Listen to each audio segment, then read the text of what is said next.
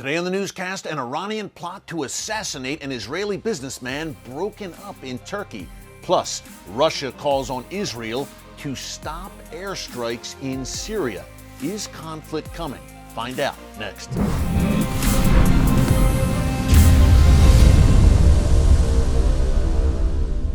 Hey folks, Erick Stakelbeck here. Welcome to the Watchman Newscast. It is a very big day for the Iranian regime.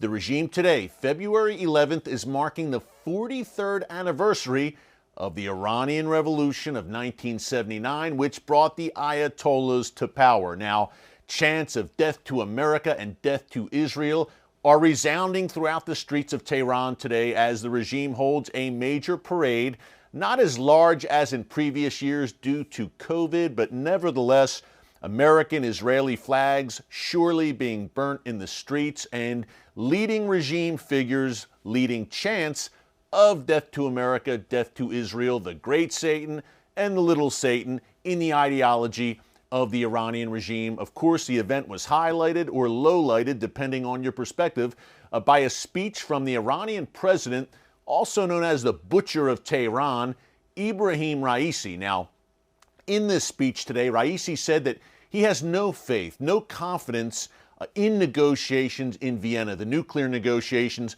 which are ongoing, which is a very interesting tack for him to take, considering, as we detailed on yesterday's newscast, Iran is about to really attain a diplomatic and economic coup, a major victory in Vienna in those nuclear negotiations with world powers, including indirectly at least the United States. Folks, we may be on the cusp of a brand new Iran nuclear deal. Fasten your seatbelts. I'm awaiting the announcement in the coming days, perhaps in the coming weeks, that some kind of new deal, which is very favorable to Raisi and the Iranian regime. Needless to say, some new deal going into effect. We're watching that very closely. Congress here in the United States, where I'm coming to you from, will have something to say about that before the day is done. But nevertheless, momentum is building towards a brand new Iranian nuclear deal. And as all of this is moving today, I guess another way Iran was going to celebrate was to carry out an assassination of an Israeli businessman. Details are emerging today, breaking news out of Turkey, that an Iranian-run hit squad of 9 men plotted to assassinate an Israeli-Turkish businessman named Yair Geller on Turkish soil. Now, Geller lives in Istanbul. He is involved in the aerospace industry. It has his own engineering company. According to reports out of Turkey, this hit squad, which was comprised of Turkish and Iranian citizens, followed Geller to his home, to his place of business, and were reportedly plotting to assassinate him. Now, thankfully, this plot was broken up. It was run by an intelligence officer in Iran, but it was broken up by Turkish authorities, and the Israeli Mossad, the Israeli spy service, was able to take Geller and place him in a safe house. Now, they said, hey, do you want to come back to Israel? He said he wants to stay in Istanbul, but Geller himself confirmed the plot and said, I know they want to kill me. This Israeli-Turkish businessman living in Istanbul. Now, reportedly, eight of these 9 were arrested, again, by Turkish authorities. Again, the ringleader, the 9th man in Iran. But reportedly, the plot was centered around revenge for the death of Mohsen Fakhrizadeh, the father of Iran's nuclear weapons program, who was eliminated by the Mossad back in November 2020 in Iran, most likely the Mossad in Iran. And Iran has been looking for revenge ever since, and this plot against a joint Israeli-Turkish businessman was going to be part of their revenge aims for Mohsen Fakhrizadeh, who was a very dangerous man. Now, this is not the first plot by Iran against Israeli interest overseas, including against Israeli businessmen. We saw a similar plot back in November in Cyprus that we reported here on the newscast as well, where Israeli business people were targeted by the Iranian regime there as well. We've said this many times on the newscast. Iran clearly hell-bent on revenge over Fakhrizade's death. He was such a pivotal figure in the regime, much like Qasem Soleimani, who the United States eliminated back in January 2020. Two irreplaceable figures in Iran's hierarchy, and that's why you see Iran's leaders obsessed with getting revenge for Soleimani and Fakhrizadeh. Now, another interesting wrinkle here, according to reports out of the Middle East, another reason for this plot on Turkish soil was that relations between Turkey and Israel may be warming slightly. We see plans by the Israeli President Isaac Herzog to travel to Ankara, apparently, or Istanbul, and meet with Turkish President Erdogan, and Erdogan kind of making overtures in recent weeks about maybe warming relations once again with Israel. Remember, before Erdogan came to power, Israel and Turkey had a great relationship, but Erdogan is viciously anti-Israel, folks. We've detailed it here on the newscast. He is a radical Islamist in the Muslim Brotherhood mold, and he has taken Turkey in a dangerous direction. Now, the Turkish economy is having massive struggles, and all of a sudden, Erdogan is reaching out to Israel once again. We'll continue to keep a close eye on that for you as well. Erdogan, in my view, is a very dangerous man who Israel should not trust, but it looks like there will be maybe a warming of ties. Stay tuned. Hey, one more important report before we go I wanted to give you an update on before we move into the weekend, and this was largely overlooked in the mainstream media. Surprise, surprise. Russia is now calling for Israel to halt airstrikes in Syria.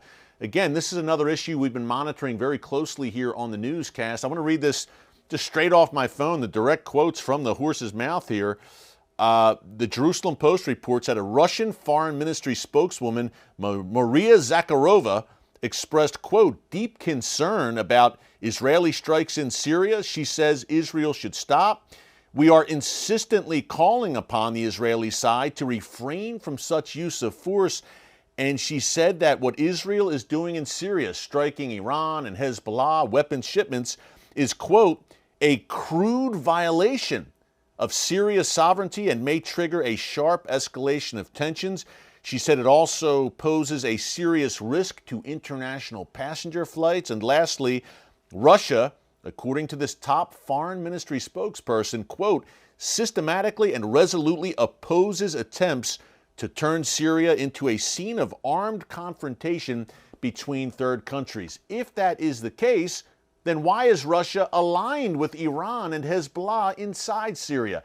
They are the two actors who are turning Syria now more than ever into a battleground as Iran looks to permanently entrench itself in Syria at Israel's northern doorstep. But folks, to say these comments from a top Russian foreign ministry spokesperson are alarming is an understatement. Look, a few weeks ago we reported here in the newscast that Russian and Syrian fighter jets conducted a joint patrol throughout Syria's borders, including over the Golan Heights.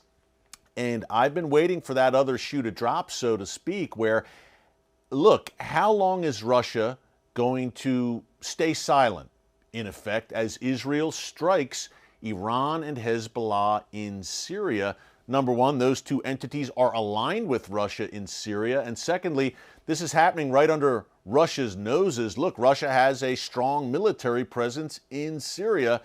They're none too pleased about these Israeli strikes, but Prime Minister Netanyahu and now Israeli Prime Minister Naftali Bennett have seemed to reach some sort of understanding with Russian President Vladimir Putin, but it looks like that time may be running out. This agreement that has been agreed upon in private between Russian and Israeli leaders, and Russia seems to be growing increasingly impatient with these Israeli strikes in Syria. That's a pretty strong statement there from the foreign ministry spokesperson, calling what Israel is doing a crude violation. Wow. And what Israel is doing is taking out weapons shipments, in particular those precision-guided missile parts that Iran is attempting to transit through Syria into the hands of Hezbollah in southern Lebanon, which would then be used against Israel. So Israel is taking out preemptively a major threat to Israel's security in Syria. But how much longer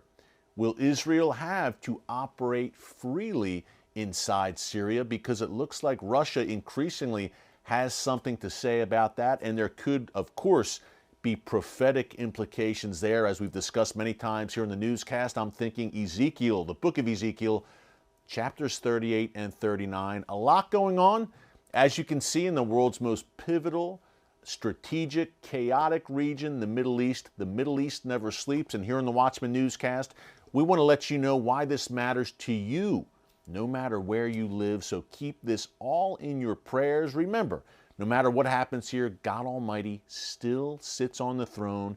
He is in control. Thanks so much for joining us here today on the Watchman Newscast. Have a great weekend. If anything breaks over the weekend, we will be coming here to you. But in the meantime, God bless you. And remember, never hold your peace.